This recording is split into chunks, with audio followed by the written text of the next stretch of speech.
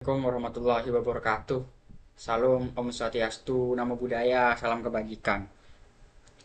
Di sini kami selaku kelompok 7 ingin mempresentasikan gimana tata cara bahasa Madura.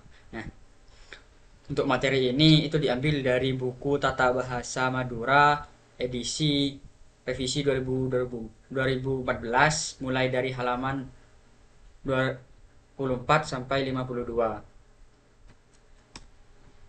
Nah, berikut ada susunan dari kelompok kami di mana di sini ada Mahardika Faik Firdaus NIM 42. Selanjutnya itu ada Hilman Dafi NIM 43 dan saya sendiri itu Ahmad Rufiki NIM 44 dan yang terakhir itu ada Nil Silaban NIM 50.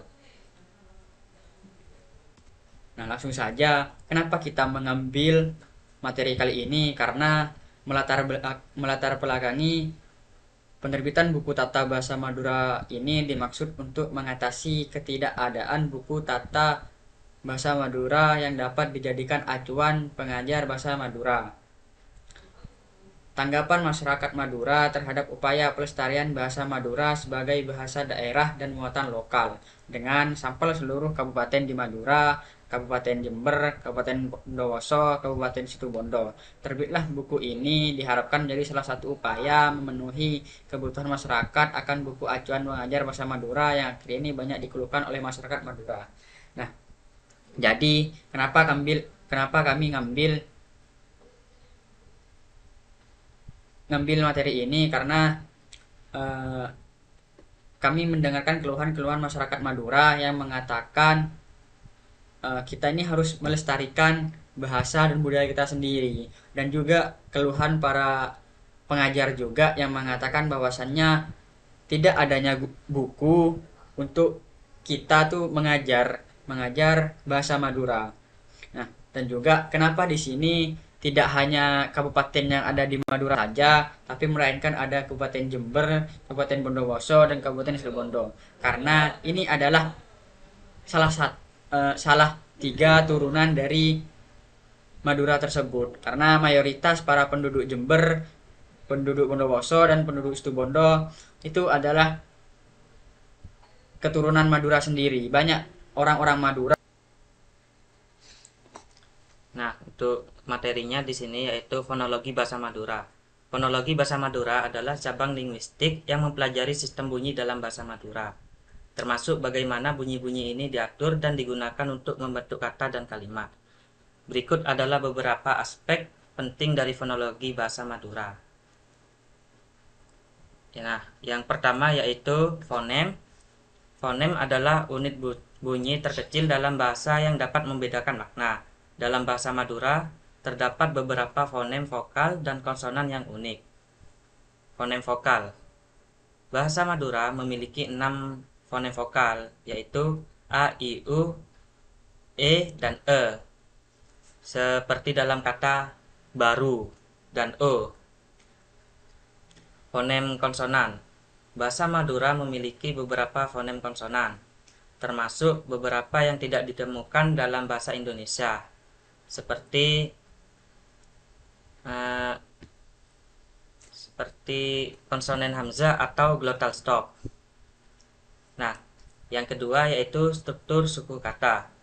Struktur suku kata dalam bahasa Madura umumnya sederhana.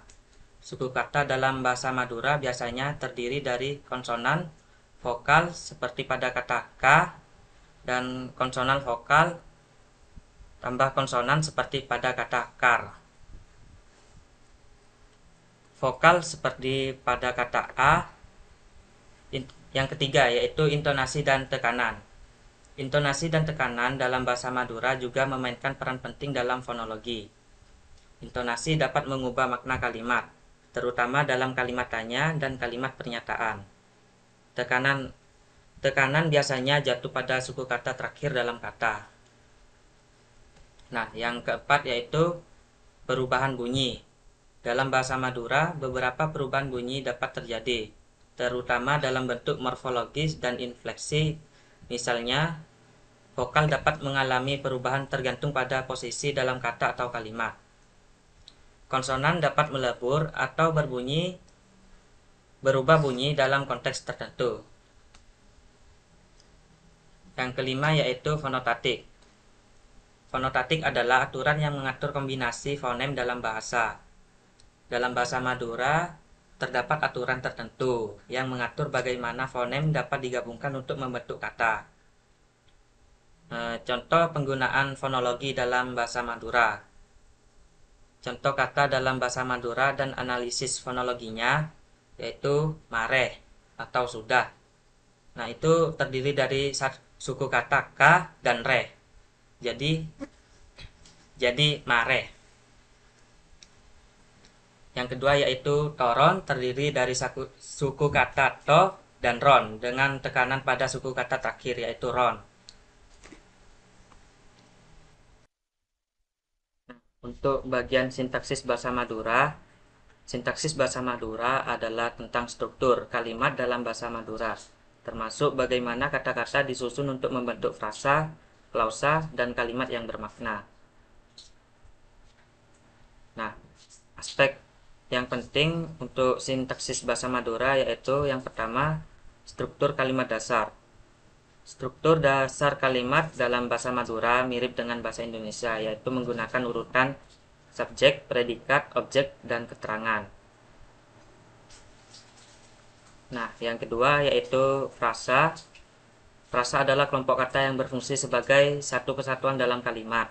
Beberapa jenis frasa dalam bahasa Madura meliputi frasa nomina, frasa verba, dan frasa adjektiva. Yang ketiga yaitu klausa. Klausa adalah kelompok kata yang mengandung subjek dan predikat. Terdapat dua jenis klausa dalam bahasa Madura yaitu klausa bebas, klausa yang dapat berdiri sendiri sebagai kalimat lengkap, dan klausa terikat, klausa yang tidak dapat berdiri sendiri dan harus bergabung dengan klausa lain. Yang keempat yaitu kalimat kompleks. Kalimat kompleks dalam bahasa Madura dapat dibentuk dengan menggabungkan klausa bebas dan klausa terikat menggunakan konjungsi. Contoh konjungsi dalam bahasa Madura yaitu sabkena, lakona, itu. Contoh kalimat kompleksnya yaitu kancana adalah buku, akase engal are, artinya yaitu siswa membaca buku ketika aku datang, seperti itu. Nah, untuk yang kelima yaitu kalimat tanya. Kalimat tanya dalam bahasa Madura dapat dibentuk dengan menggunakan kata tanya seperti apa, siapa, di mana, kenapa. Nah, untuk kalimat negatif dalam bahasa Madura biasanya dibentuk dengan menggunakan apa atau tak gitu. Yang ketujuh yaitu kata ganti.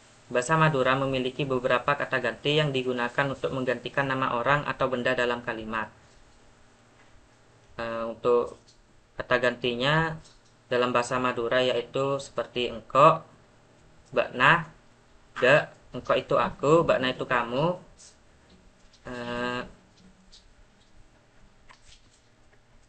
dan beni itu bukan, bani itu kami, dan kene itu mereka. Yang kedelapan yaitu partikel.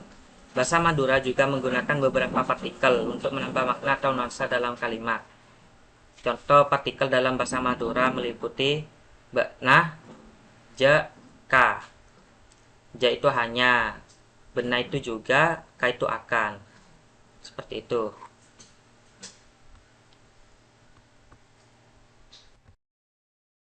Kemudian contoh soal fonologi, yaitu sebutkan dan jelaskan 3 vokal yang ada dalam bahasa Madura serta berikan contoh katanya. Dan ini jawabannya yaitu 3 vokal dalam bahasa Madura adalah a, e, dan o. Contoh kata a, aba, e, tele, o, totoh. Yang artinya adalah aba itu apa, tele ditebang, totoh garam. Kemudian soal morfologi. Analisis morfem dalam kata becek. Jelaskan jenis morfem yang terdapat dalam kata tersebut. Kata becek terdiri dari dua morfem, b, yaitu awalan, dan c adalah akar katanya. Awalan b dalam bahasa Madura sering digunakan untuk membentuk kata kerja. Kemudian soal sintaksis. Susunlah kalimat dalam bahasa Madura menggunakan pola SPO, subjek, predikat, objek. Gunakan kata bapak, ada dan roti. Kemudian jawabannya itu bapak ada roti, yang artinya bapak makan roti. Jadi yang untuk selanjutnya itu di sini saya akan mencontohkan contoh pengucapan yang baik dan yang benar. Untuk contoh yang pertama itu yaitu engkau kita mandi, yang artinya itu aku belum mandi. Terus untuk contoh pengucapan yang benar yang kedua itu Pak entar ke pasar, artinya yaitu bapak pergi ke pasar. Dan yang ketiga itu embu masak ning dapur, artinya itu ibu memasak di dapur. Jadi mungkin itu contoh pengucapan yang baik dan benar menggunakan bahasa Madura. Dan untuk yang terakhir, saya akan mengajak teman-teman sekalian supaya melestarikan bahasa daerah kita masing-masing. Mari kita berpikir kritis tentang betapa pentingnya melestarikan bahasa dan budaya Madura. Bahasa dan budaya adalah jati diri suatu bangsa yang harus dijaga dengan baik. Kita semua memiliki tanggung jawab untuk mempertahankan kekayaan ini agar generasi mendatang mendapat menghargai warisan budaya yang menghargai ini. Mari kita bersama jaga dan lestarikan bahasa dan budaya Madura untuk masa depan yang lebih berwarna dan kaya akan identitas kita. Terus gimana ini Kak? Mungkin cukup sekian hasil dari presentasi kelompok kami. Jika ada kesalahan atau tutur kata yang kurang berkenan di hati teman-teman sekalian, kami minta maaf.